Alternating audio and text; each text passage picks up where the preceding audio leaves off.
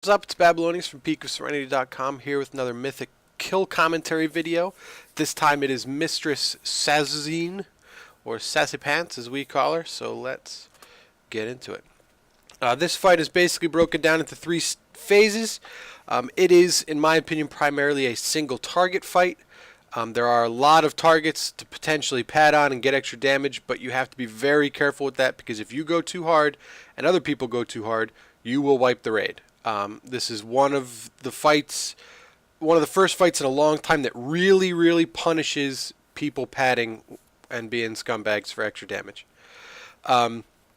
This is a fight where the legendary boots are relatively strong. I should say more strong than the legendary belt. That's largely because the most important part of damage is the end of the fight and not the beginning 90%. But yeah, so once we get back into a kind of order, I'll go through some of these abilities. So this ability that I just got stunned in, if you saw, I had what was called Consuming Hunger, and that's basically a murloc on my back. And then you have to stand and get stunned. It pops the murloc off your back. Hopefully you will get dispelled so that you're not stunned for a while. The other really important mechanic, or another really important mechanic, are these slicing tornadoes. You have to kill the eels in a certain amount of time. I think the puddles they drop last about 12 seconds. I do not recommend standing in the puddles because they will cause all of your abilities to miss, as well as result in damage.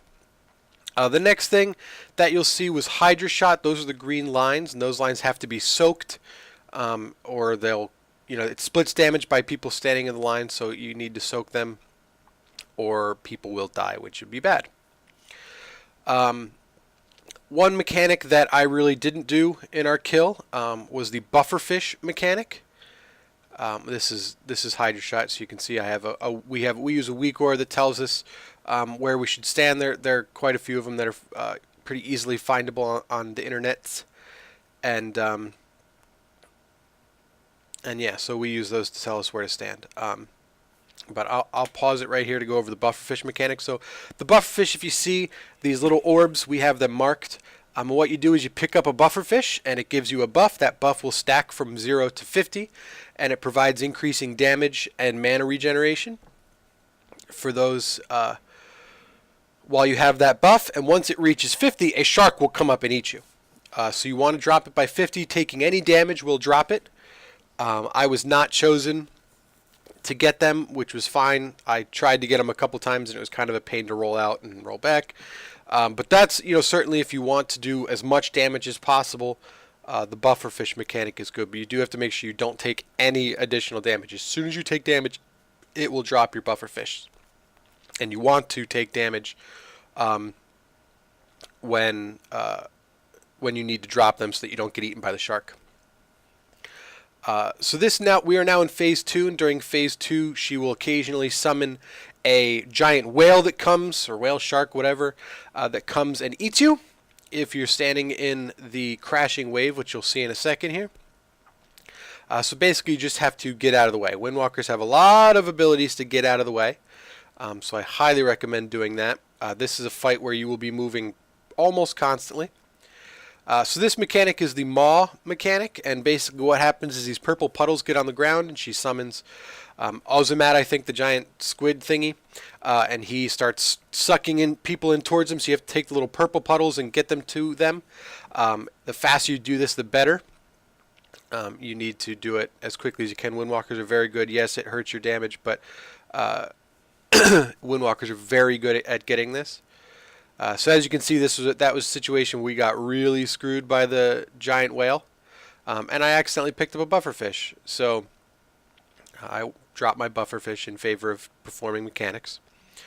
This fight, you definitely, like I said, you really want to focus on boss damage. That's really the most important. There are other classes like boomkins and locks and mages and stuff that are really good at blowing up the adds. Windwalkers are very good at blowing up the adds as well.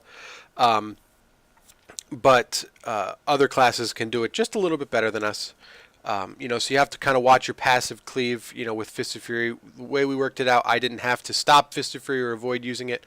But I did kind of try to avoid hitting them You can hit them all with your Strike of the Windlord, because that will give you Thunder Fist stacks, which will increase your single target damage as well. Now we are in the third phase, which is the burn phase. You're really just trying to blow the boss up before the room fills up with little purple puddles. You can use some of your cooldowns to help soak some of the puddles, but really at this point it's just about staying alive and blowing up the eels at the right time so that the tornadoes get delayed. So that's really, what's kind of most important is timing when the eels die. So that's why it's very important that you don't go harder on the eels than is acceptable in your raid. If you happen to be lucky enough that you are the main person who gets to blow up the eels, and that's great. Abilities like Whirling Dragon Punch, a talent like Whirling Dragon Punch and Chi Burst are going to be very useful for helping to do that. But in general, I didn't, so as you'll see, I'm not really spending a lot of time blowing up the ads. For this fight, I definitely recommend taking Dampen Harm because it helps reduce the damage from everything. There's a good chunk of magic damage, a good chunk of physical damage, so you definitely want to take Dampen Harm because it has a little bit of everything.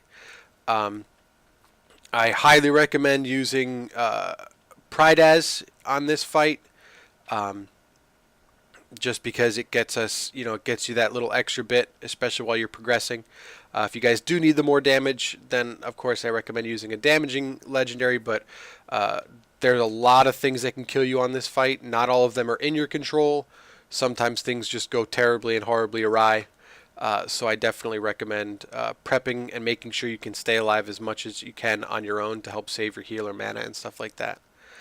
Really, this fight is very difficult and complex, and there are a lot of things that you kind of just have to experience. But really, if your job is to focus on the boss, then focus on the boss. Don't be an idiot and don't cast Spinning Crane Kick on the ads just to get a little bit extra numbers. This is, like I've said before, this is a fight that really you will screw everybody by trying to get a little bit of extra damage. So the primary, thing for this fight is to stay alive and do all the damage that you can. I recommend Serenity if you're focusing on the boss. If you are lucky enough to be able to focus on the ads, then you can use Whirling Dragon Punch, just kind of for that consistent ad damage, because you don't want to blow them up too quickly. So you don't want to just focus everything on it. But Whirling Dragon Punch provides just a kind of consistent amount of AoE that should help bring them down, as well as Chi Burst. Let's see, other legendaries. There's not really any other legendaries that are super useful here. The bracers, obviously. The belt, like I said, is not quite as useful here because the main part of the fight is that final push, which I think is from 40% to 0. So that's why for this I went with the boots.